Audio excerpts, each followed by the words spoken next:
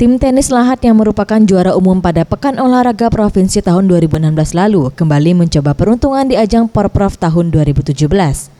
Nugrah Ridwani, wakil manajer tim tenis Lahat, menuturkan, dalam Porprov tahun 2017, tim Lahat mempersiapkan 8 atlet tenis yang terdiri dari 4 putra, yakni Rafidia Muhammad, Afrizal Ivani Sevik, Aji Santoso, dan Mahesa Dwi, serta 4 putri, yakni Yuliani Rohim, Suci Saraswati, Viara Marsanda, dan Ramadhani Puspa.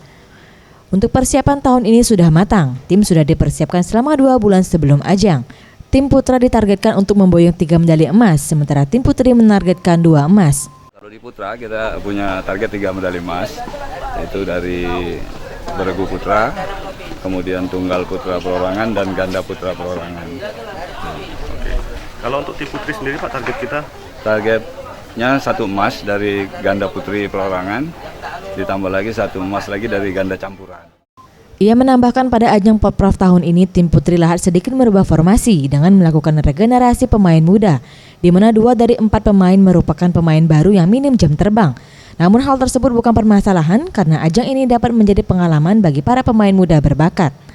Anugrah Sandi Pratama, Sriwijaya TV.